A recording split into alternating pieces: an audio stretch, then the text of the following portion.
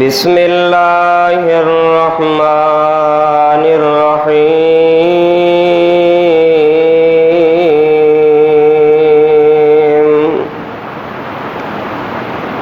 ومن يشاقق الرسول من بعد ما تبين له الهدى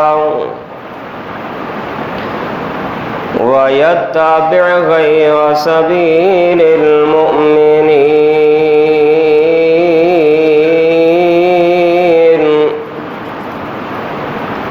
نوله ما تولى ونصله جهنم وساءت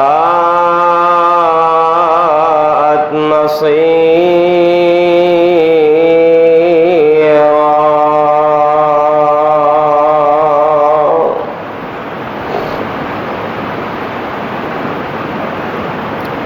یا الہی جب تک میرے بدن میں جان رہے،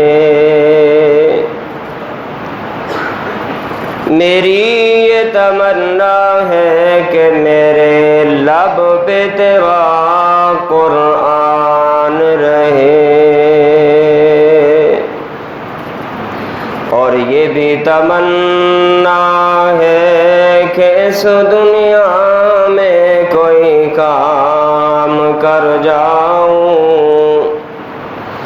الہی اگر توفیق مل جائے تو خدمت اسلام کر جاؤں۔ آمین۔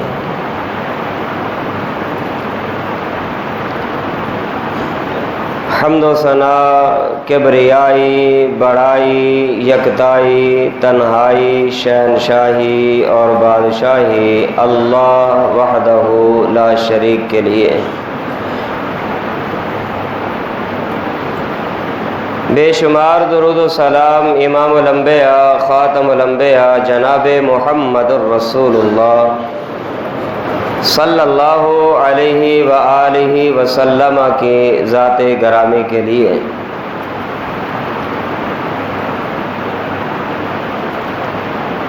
گزشتہ جمعہ آپ احباب نے جس عنوان پہ گفتگو سماعت فرمائی تھی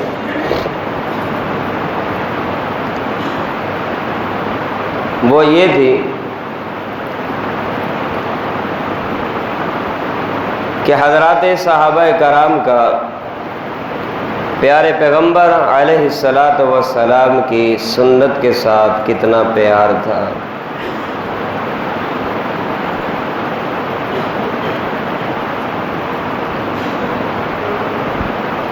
ہم بھی اپنے آپ کو آخری نبی کا امتی ثابت ہونے کا دعویٰ تو کرتے ہیں کہ ہمارا قرآن پر بھی ایمان ہے، پیارے پیغمبر علیہ الصلاۃ والسلام کے فرمان پر بھی ایمان ہے، لیکن ان واقعات کو بیان کرنے اور سنانے کے بعد ہمیں دیکھنا ہوگا کہ حضرات صحابہ کرام کو جس طرح آپ علیہ الصلاۃ والسلام کے فرمان کے ساتھ عقیدت اور محبت تھی، کیا آیا ہمیں بھی اسی طرح عقیدت، محبت اور احترام آپ علیہ السلام کی سنت کے ساتھ ہے یا نہیں؟ کیونکہ یہ معاملہ بڑا اہم ہے۔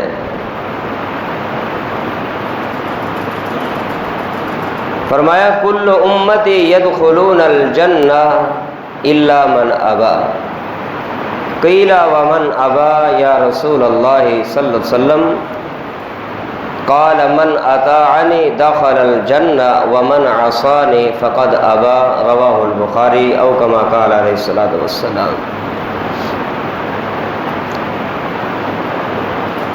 آج تقریباً مکمل ہفتہ گزر چکا ہے، پچھلے جمعے سے لے کر اس وقت تک ابھی بخار کی بھی شدت محسوس کر رہا ہوں اور کافی ویکنس کی بھی شکایت محسوس ہو رہی ہے۔ اس وقت بھی کھڑا ہونا میرے لیے بہت مشکل ہو رہا ہے۔ آپ دعا کریں اللہ تعالیٰ جتنے بیمار ہیں تمام بیماروں کو صحت والی زندگی عطا فرمائے۔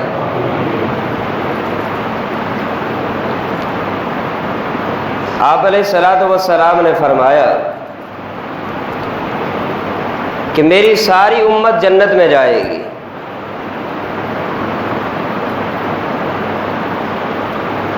الا من ابا، مگر وہ نہیں جائے گا کہ جس نے جنت میں جانے سے انکار کر دیا۔ صحابہ حیران ہوئے کہ امام الانبیاء صلی اللہ علیہ وسلم فرما رہے ہیں میری ساری امت جنت میں جائے گی مگر وہ جو کہے نہیں جاتا وہ نہیں جائے گا۔ قیل من ابا یا رسول اللہ، صحابہ نے عرض کیا محبوب وہ کون سا ایسا انسان ہے جو یہ کہے میں جنت میں نہیں جاتا؟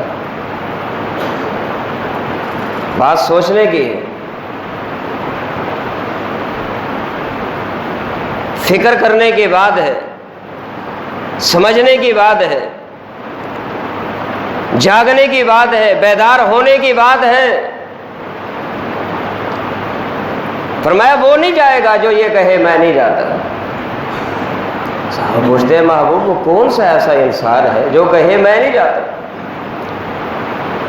آپ علیہ السلام نے فرمایا من اطاعنی، جس نے میری بات مانی، میری سنت کو اختیار کیا، میرے فرامین کے مطابق زندگی گزارتا رہا، اس کی نماز میرے فرمان کے مطابق، اس کا روزہ میرے فرمان کے مطابق، اس کا جہاد میرے فرمان کے مطابق، اس کا حج میرے فرمان کے مطابق، اس کی شادی بیاہ میرے فرمان کے مطابق، اس کی خوشی غمی میرے حدیث کے مطابق ہوگی۔ آپ علیہ السلام نے فرمایا یہ جنت میں جائے گا، اور جس نے میرے خلاف چلا، میرے عمل کے خلاف چلا، میرے فرمان کے خلاف چلا، میرے طریقے کے خلاف چلا، میری سنت کے خلاف چلا، آپ علیہ السلام نے فرمایا فقد ابا، یوں سمجھ لیجئے کہ اس انسان نے جنت میں جانے سے انکار کر دیا۔ آئی بات سمجھ؟ اگر ہماری نماز، ہمارا روزہ، ہمارا حج، ہمارا جہاد، ہماری زکوٰۃ، ہماری قربانی، ہمارا جنازہ، ہماری خوشی، ہماری غمی، ہمارا لباس، ہماری حجامت، ہماری تراویح، ہمارے نوافل، ہمارے سنن، ہمارے فراز محمد الرسول اللہ صلی اللہ علیہ وسلم کے طریقے کے مطابق ہوئے، یقین کر لیجئے یہ بندہ جنتی ہے۔ اور امام کائنات صلی اللہ علیہ وسلم نے فرمایا یہ جنت میں جائے گا، کیوں؟ اس لیے کہ اس نے میری سنت سے پیار کیا، جس نے میری سنت سے پیار کیا اس نے میرے ساتھ پیار کیا، اور جس کا میرے ساتھ پیار ہو گیا قیامت والے دن جہاں محمد الرسول اللہ کھڑے ہوں گے، یہ سنت کے ساتھ پیار کرنے والا بھی محمد کے شانہ بشانہ کھڑا ہوگا صلی اللہ علیہ وسلم۔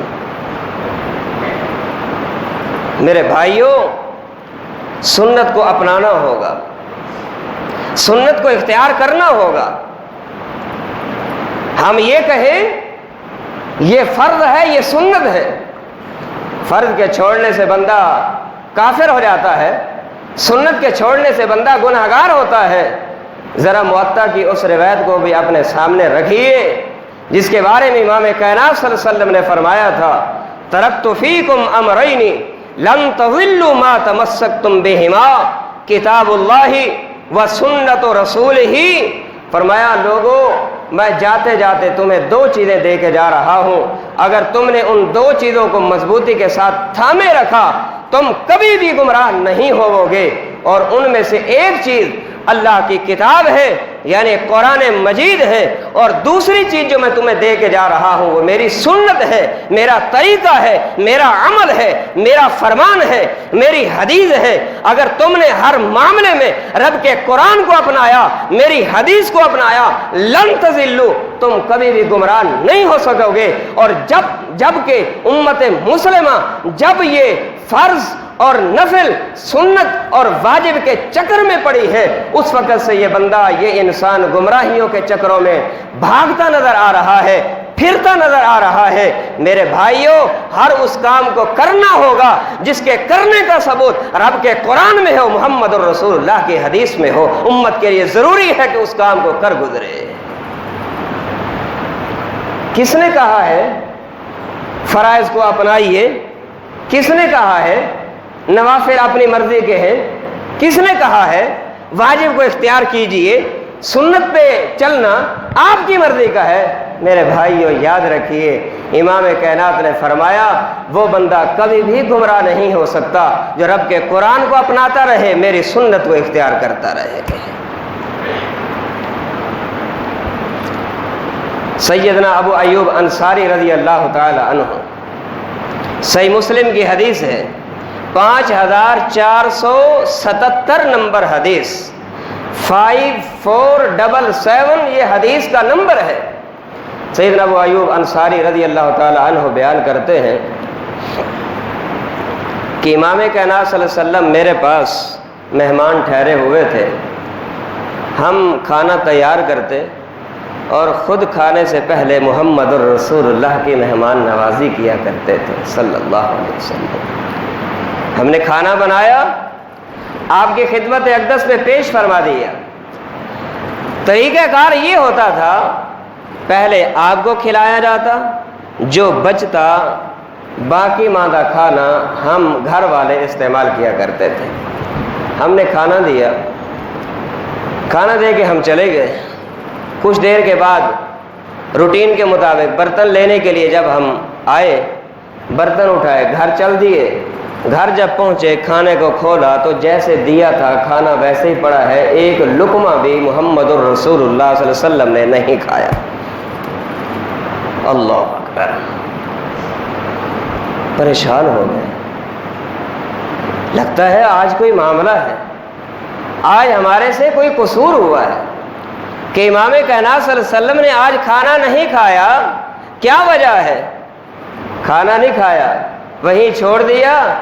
امام کائنات صلی اللہ علیہ وسلم کی خدمت میں حاضر ہوئے اور آ کر کہتے ہیں محبوب، آپ نے کھانا ویسے ہی رکھ دیا تھا اور ہم جب واپس لے کے گئے تو ویسے کا ویسے کھانا پڑا ہوا تھا، لم یاکل منہا، آپ نے وہ کھانا نہیں کھایا، کیا وجہ ہے؟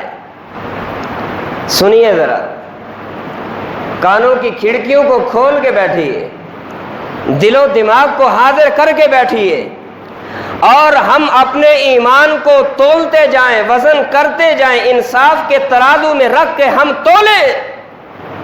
کیا محض اہل الحدیث کہہ کے ہی لیبل لگا لینا ہی نجات کے لیے یہ کافی ہے؟ بس یاد رکھیے، اس دھوکے میں مت آئیے کہ ہم نے اپنے آپ کو اہل سنت والجماع کا لیبل لگا دیا، یس یہی کافی ہے۔ نہیں، اہل الحدیث کہلوا لیا یہی کافی ہے؟ نہیں، اس وقت تک یہ چیز ہمارے لیے نجات کا ذریعہ نہیں بن سکتی جب تک کہ اہل سنت والجماع اور اہل الحدیث کہلانے کے بعد جب تک کہ ہمارا ہر عمل رب کے قرآن کے مطابق نہ ہو، محمد الرسول اللہ کی حدیث کے مطابق نہ ہو، کامیابی ناممکن ہے، ناممکن ہے، ناممکن ہے۔ محبوب کھانا نہیں کھایا، کیا وجہ ہے؟ آپ علیہ الصلوۃ والسلام نے فرمایا میں نے کھانا اس لیے نہیں کھایا، لأن فیہا ثوما، اس لیے کہ جو کھانا آپ نے مجھے دیا ہے اس کھانے کے اندر لہسن ملا ہوا تھا، اس لیے مجھ محمد کو وہ کھانا اچھا نہیں لگا۔ اور یاد رکھیے، نبی اکرم صلی اللہ علیہ وسلم کا مزاج مبارکہ تھا، ما آب النبی صلی اللہ علیہ وسلم طعاما قط ان شاء اکلہ و ان شاء ترکہ، او کما قال علیہ الصلوۃ والسلام۔ آپ علیہ الصلوۃ والسلام کہیں گئے، گھر میں کھانا کھا رہے تب بھی، کہیں مہمان بن کے گئے تب بھی، جب آپ کے سامنے کھانا پیش کیا گیا آپ نے کھانے میں کبھی کیڑے نہیں نکالے۔ مرچ تیز ہے، نمک ہلکا ہے، کیسا بنا ہوا ہے، ایسے سالن بناتے ہیں، اگر تھوڑا سا نمک یا مرچ اگر سالن میں زیادہ ہو جائے تو پھر بیوی کی خیر نہیں ہوتی، پکانے والے کی خیر نہیں ہوتی، پھر خامد اور بیوی کا آپس میں اسی بات پہ ہی جھگڑا ہو جاتا ہے کہ تجھے پتہ ہی نہیں لگتا، مرچ نہیں کھانی، نمک تیز ڈال دی ہے۔ ما عاب النبی صلی اللہ علیہ وسلم، امام کائنات کی یہ سنت ہے، آپ نے کبھی کھانے میں عیب نہیں نکالا، اچھا لگا تو کھا لیا، اچھا نہیں لگا تو بغیر عیب نکالے، بغیر کیڑے نکالے آپ نے چھوڑ دیا ہے، نہیں کھایا، محبوب نہیں کھایا۔ فرمایا اس لیے کہ اس کے اندر کچا لہسن ڈلا ہوا تھا، میں نے اس لیے نہیں کھایا۔ فسألتہ، ابو ایوب انصاری پوچھتے ہیں حرام ہوا محبوب، کیا لہسن حرام ہے؟ اگر تو حرام ہے آپ نے نہیں کھایا تو آپ کی سنت، جو چیز آپ نے کھائی ہمارے لیے سنت، جو چیز آپ نے نہیں کھائی وہ بھی ہماری سنت، جو چیز آپ نے کھائی ہے کھانا سنت ہو گیا، جو آپ نے نہیں کھائی وہ نہ کھانا ہمارے لیے سنت ہو گیا۔ حرام ہوا، کیا یہ حرام ہے؟ آپ علیہ السلام نے فرمایا لا، نہیں، ولیکنی اکرہہ، فرمایا حرام نہیں ہے۔ فرمایا جب حرام نہیں تو پھر کھایا کیوں نہیں؟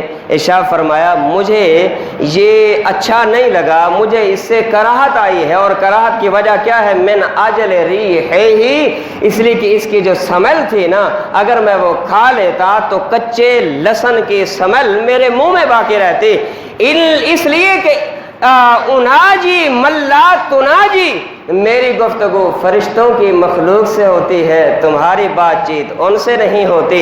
اگر میں یہ کھا لیتا تو فرشتوں سے جب میں ہم کلام ہوتا تو فرشتوں کو یہ سمیل آتی جس سے ان کو تکلیف ہوتی۔ فرمایا یہ وجہ تھی نہ کھانے کی۔ جب یہ وجہ سامنے آئی تو ابو ایوب انصاری رضی اللہ تعالی عنہ کے سنت پہ چلنے کے جذبات دیکھیے۔ پوچھتے ہیں محبوب پھر ہم بھی نہ کھائیں؟ ہمیں نہیں کھا سکتے، کچا پیاز نہیں کھا سکتے، کچا لہسن نہیں کھا سکتے۔ صحیح بخاری کی حدیث ہے، ارشاد فرمایا جو بندہ من اکل الثوم او البصل او القراص فلا یقربن مصلانا، جو کچا لہسن کھا لے، کچا پیاز کھا لے یا گیند نہ کھا لے، اسے چاہیے کہ وہ ہماری مسجدوں میں نماز کے لیے نہ آئے جب تک کہ اس کے منہ کی سمیل اور بو یہ ختم نہ ہو جائے۔ یہ چیز جبکہ حلال ہے، اس حلال چیز کو کھا کے بندہ مسجد میں نہیں آ سکتا، جس کی بنیاد ہی حرام ہو، وہ حرام چیز پی کے کش لگا کے سوٹے لگا کے ہاں جی ایک دو ڈبیاں ختم کر کے وہ پی کے مسجد میں آ سکتا ہے؟ میرے بھائیوں سوچنے کی بات ہے۔ سنت پہ چلنے کے اپنے آپ کو تیار کیجئے کہ اگر امام کائنات نے کچا لہسن کچا پیاز نہیں کھایا، وجہ بو تھی، سمیل تھی، آپ نے نہیں کھایا، تو ہمیں بھی وہ چیز نہیں کھانا ہوگی جس کے کھانے کے بعد جب تک کہ پیسٹ نہ کیا جائے، جب تک کہ مسواک نہ کیا جائے، بغیر پیسٹ کیے بغیر مسواک کی اس چیز کی بو ختم نہ ہو، اس چیز سے بھی ہمیں اجتناب کرنا ہوگا۔ کیوں؟ اس لیے کہ محمد الرسول اللہ کی سنت یہی ہے صلی اللہ علیہ وسلم۔ میں نام نہیں لیتا شاید کہ کوئی دوست ناراضی نہ ہو جائیں۔ سنن ابی داؤد کی حدیث ہے، امام کائنات صلی اللہ تعالی علیہ وسلم نے نماز شروع کی، آپ نے جوتا پہنا ہوا ہے، جوتا پہن کے نماز پڑھی جا سکتی ہے، کوئی حرج نہیں ہے، جب آپ کو تیقن ہو، یقین ہو کہ میرا جوتا صاف ہے اور پاک اور ستھرا ہے۔ جب جوتے کی صفائی کا یقین ہو تو اگر ضرورت پڑتی ہے آپ جوتا پہن کے بھی نماز پڑھ سکتے ہیں، کوئی حرج نہیں ہے۔ کیوں؟ محمد الرسول اللہ صلی اللہ علیہ وسلم نے جوتا پہنا ہوا تھا، صحابہ کرام نے بھی آپ کو دیکھا کہ آپ نے جوتا پہنا ہے، صحابہ نے بھی پہن لیا۔ نماز شروع ہو گئی، نماز شروع ہوئی، اچانک کیا ہوا کہ دوران نماز بات توجہ کے ساتھ، دوران نماز امام کائنات نے جوتا اتارا، حضرات صحابہ کرام نے بھی جوتا اتار دیا، سلام پھر گیا۔ سلام پھرنے کے بعد امام کائنات صلی اللہ علیہ وسلم نے جب مقتدیوں کی طرف، صحابہ کرام کی جماعت کی طرف جب رخ پھیرا اور آپ کی طرف منہ کیا، امام کائنات صلی اللہ علیہ وسلم نے دیکھا پہلے تو جوتا پہنا ہوا تھا، اب جوتا انہوں نے اتار دیا ہے۔ آپ علیہ السلام نے ان سے سوال کیا، کیا؟ آپ علیہ السلام نے پوچھا، ما حملکم علی القاء نعالکم، نماز جب شروع کی جوتا پہنا ہوا تھا، اب جب سلام پھیرا تو میں نے دیکھا تم نے جوتا اتار دیا، جوتا کیوں اتارا ہے؟ صحابہ کرام نے عرض کیا، محبوب رأیناک القیت نعلیک فالقینا، نماز شروع کرتے ہوئے ہم نے دیکھا آپ نے پہنا ہے تو ہم نے بھی پہن لیا، نماز کے دوران ہم نے دیکھا آپ نے جوتا اتارا ہے تو ہم نے بھی اتار دیا۔ اس لیے آپ علیہ السلام کا کوئی عمل کرنا امت کے لیے حجت ہوا کرتا ہے۔ آپ نے پہنا تو پہننا ہمارے لیے دلیل، آپ نے جوتا اتار دیا تو آپ کا اتار دینا ہمارے لیے دلیل، اس لیے کہ اس بندے کا ہر عمل دلیل ہوا کرتا ہے، جس کا عمل خود دلیل ہو، جس کی بات خود دلیل ہو، اس سے دلیل نہیں پوچھی جاتی، جس کا فرمان خود دلیل ہو۔ اور کائنات کے اندر یہ ایک ہی ہستی ہے جس کا ہر عمل دلیل ہوا کرتا ہے، اس کا عمل دلیل کا محتاج نہیں، اور وہ ہے محمد الرسول اللہ صلی اللہ علیہ وسلم۔ امام کائنات صلی اللہ تعالی علیہ وسلم کے بعد دنیا کے اندر کوئی بھی بڑا، کوئی بھی چھوٹا، کوئی بھی گدی نشین، کوئی بھی خلیفہ ایسا نہیں جو کوئی عمل کرے اور اس کا عمل دیکھنے والوں کے لیے حجت ہو، دیکھنے والوں کے لیے دلیل بن جائے اور وہ اس کو دیکھ کے عمل کرنا شروع کر دے۔ امام کائنات صلی اللہ تعالی علیہ وسلم نے فرمایا، کیوں اتارا؟ صحابہ کرام کا جواب سنیے، عرض کرنے لگے، محبوب ہم نے آپ کو دیکھا پہن لیا تو ہم نے بھی پہن لیا، آپ نے نماز کے دوران جوتا اتارا تو ہم نے بھی اتار دیا۔ امام کائنات صلی اللہ تعالی علیہ وسلم نے فرمایا، میں نماز کے دوران میرے پاس سیدنا جبریل علیہ السلام تشریف لائے اور انہوں نے آ کر مجھے بتایا کہ محبوب آپ کے جوتے کے تلوے کے نیچے نجاست لگی ہے، آپ کا جوتا پاک نہیں، آپ کا جوتا صاف ستھرا نہیں، میں نے اس وجہ سے جوتا اتار دیا۔ صحابہ کرام عرض کرنے لگے، محبوب ہمیں نہیں پتا تھا کیوں اتارا، ہم نے تو اس لیے اتار دیا کہ اتارتے ہوئے محمد رسول اللہ کو دیکھ لیا ہے صلی اللہ علیہ وسلم۔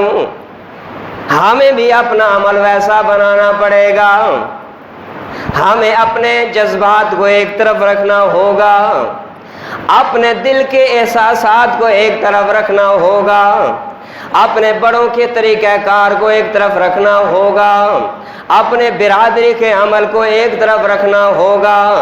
ہم نے یہ کرتے ہوئے اپنے ابا کو دیکھا اس لیے کرتے ہیں یہ نہیں کہنا ہوگا، ہماری برادری ایسا کرتی ہے اس لیے کرتے ہیں یہ نہیں کہنا ہوگا، کیونکہ امام کائنات صلی اللہ تعالی علیہ وسلم نے فرمایا، من اطاعنی دخل الجنہ ومن عصانی فقد ابا، جو میں کرتا ہوں وہی کرو گے جنت ملے گی، اگر جو میں کرتا ہوں تم چھوڑ دو گے تو میں گارنٹی نہیں دے سکتا کہ تم اس کے بعد جنت میں جاؤ گے۔